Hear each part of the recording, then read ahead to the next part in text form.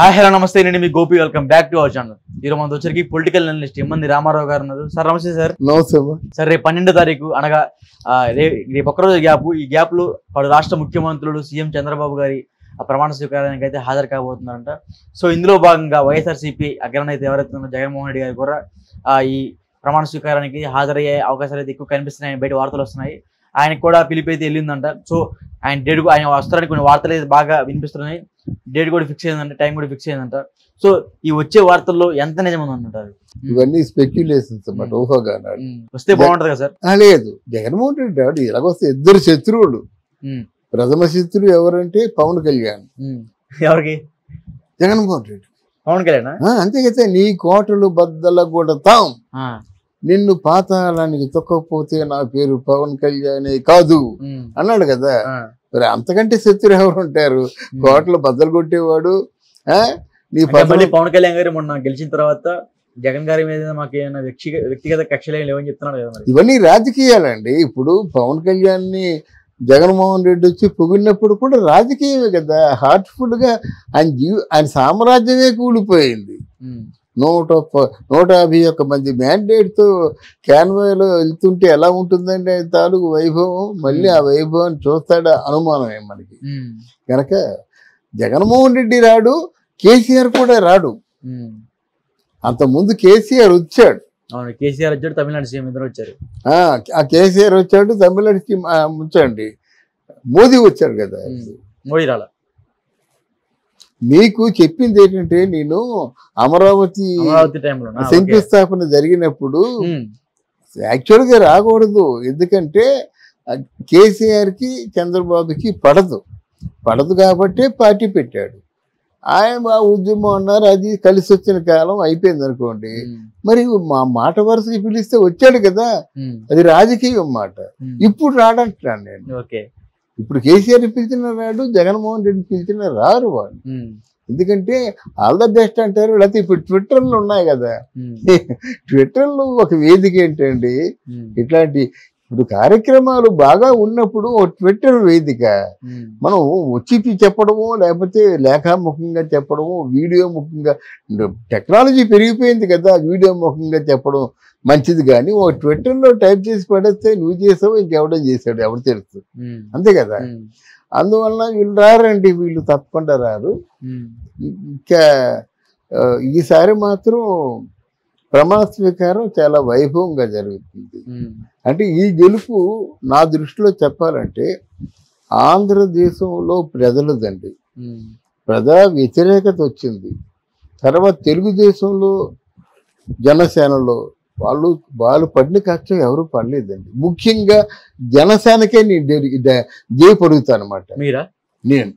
ఎందుకంటే జనసేన వీర మహిళలు వాళ్ళు పోట్లాడినంతగా ఎవరు పోట్లాడలేదండి. ఎన్నో అవమానాలు, ఎన్నో నిష్ఠూరాలు, ఎన్నో దెబ్బలు, ఇంట్లో ఆర్థికంగా కష్టాలు, నష్టాలు ఎంత అయినప్పుడు కూడా చెల్లించకుండా పార్టీని కనిపించుకుంటూ ఉంటూ వాళ్ళ డబ్బులు ఉండే కాదు, ఇంట్లో పస్తులు అయినప్పుడు వెళ్ళిపోతుంటాడు మాట జనం. మన పవన్ కళ్యాణ్ వస్తుంది వెళ్ళిపోవాలి అంతే. ఇంట్లో డబ్బులు ఉన్నాయా లేవా, ఇంట్లో సరుకులు ఉన్నాయా లేవా కాదు. కనుక వాళ్ళ నిజంగా ప్రజల మాట, పవన్ కళ్యాణ్ వచ్చినట్టయితే మంచి రోజులు వస్తాయి, మన కష్టాలు తీరిపోతాయి, మనకు ఉద్యోగాలు వస్తాయి, మన పరిశ్రమలు వస్తాయి అంటే బాగా నమ్మకం. ఈరోజు చంద్రబాబు నాయుడిని చూసి ఎవరు అంతగా ఓటేయలేదు, నేను ధైర్యంగా చెప్పగలను. ఇందులో ముమ్మాటికి కూడా పవన్ కళ్యాణ్ చూసే ధైర్యంగా ఓటేశారు అన్నమాట. అందువల్ల వీళ్ళందరూ వస్తారు, చాలా వైభవంగా ఉంటుంది. ప్రమాణ స్వీకారాలు అయిపోతాయి. అంటే ప్రమాణ స్వీకారాలు అయ్యే ముందే ఆలోచించుకోవాలి. నేను చెప్పేది ఏంటంటే, ప్రమాణ స్వీకారాలు అయ్యే ముందే ఎవరికి అసంతృప్తి లేకుండా ఉండేలాగా చూసుకోవాలి. మళ్ళీ 12వ తారీఖు మార్నింగ్ మీరేం చూసుకోలేరు. ఏమైనా మార్పులు చేర్పులు ఉంటే రేపే చూసుకోవాలి ఒకరోజు. ఎందుకంటే అసంతృప్తులు ఉంటే వాళ్ళు అసంతృప్తులు ఏమంటాం మనం, రెబల్ అంటాం. రెబల్ ఏం చేస్తాడు, వాడు ఒక పార్టీ, ఒక కూటమి తయారు చేసుకుంటాడు. అక్కడి నుంచి వాడి తాలూకు ప్రయత్నాలు ఎంతవరకు చేయాలో అంతవరకు చేస్తాడు. వాడి పేరు పేరు వాడి మన రమేష్ గుంటూరులో ఉండేవాడు కదా. ఇప్పుడు ఆ పవన్ కళ్యాణ్ పోతిరి మహేష్ని ఎంత ఎంకరేజ్ చేశాడు. అవును. కృష్ణా జిల్లా ఇన్ఛార్జిగా పెట్టుకొని ఆయన ఎంత గుండెల్లో పెట్టుకున్నాడు. పైగా నీకు సీటు అకామిడేట్ చేయలేనని ఆయన ఎక్స్క్యూజ్ మీ అని కూడా అడిగారు కదా. వాడు ఏమైపోయాడు, రెబల్ అయిపోయాడు. రెబల్ అయిపోయి ఏం చేశాడు, ఆగమేఘల మీద వైసీపీకి ఇక్కడికి వచ్చేసాడు. ఎక్కడికి, వైసీపీకి వచ్చేసాడు. వైసీపీకి వచ్చేసి ఇప్పుడు చూసారా ఆయన మీద ఎన్నైతే చెప్పాలో. అసలు పవన్ కళ్యాణ్ సతీమణి ఇక్కడ లేదనే చెప్పాడు. అందుకోసమే బయట తీసుకొచ్చి చెంపదెబ్బ కొట్టాడు కదా. ఎన్ని మాటలు చెప్పాలో అన్ని మాటలు చెప్పాడు. చివరికి అనే అయ్యాడు, వైసీపీలో ఏ స్థానం లేదు, అక్కడ మళ్ళీ జనసేనకి వెళ్ళాడు. చరిత్రలో ఒక ద్రోహిగా మిగిలిపోతాడన్నమాట.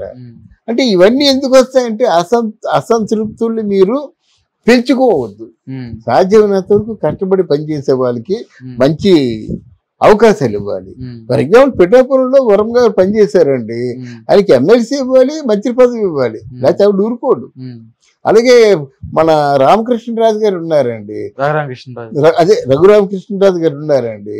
ఆయనకి చాలా ఒక మీడియా ఎడిటర్కి ఉండేటువంటి నాలెడ్జ్ని సేకరించుకున్నాడు.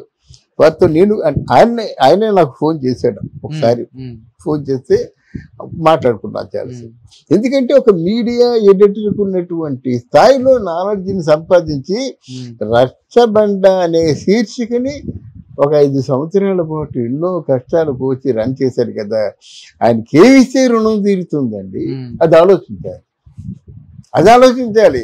సరే ఉన్నారు కదా మా పార్టీలో సీనియర్స్ అంటే సీనియర్స్ తీసుకొచ్చి జనంలో తిరగవలసిన పెట్టాలి. కానీ సీనియర్స్ అబ్బాయి ఈ పని ఇప్పుడు నేను చేయలేను ఎవరు అంటారు. ఇంకెవరిలో కేటాయించండి. మరి వాళ్ళకి ఎందుకు బతుల్లో ఎన్టీ రామారావు చేసిన మంచి పని అదే కదండి. యూత్ని పెట్టాడంతే, వాడు చెంగును పరిగెత్తుకొని మొత్తం రాష్ట్రాన్ని సుభిక్షం చేసి పారేశారన్నమాట.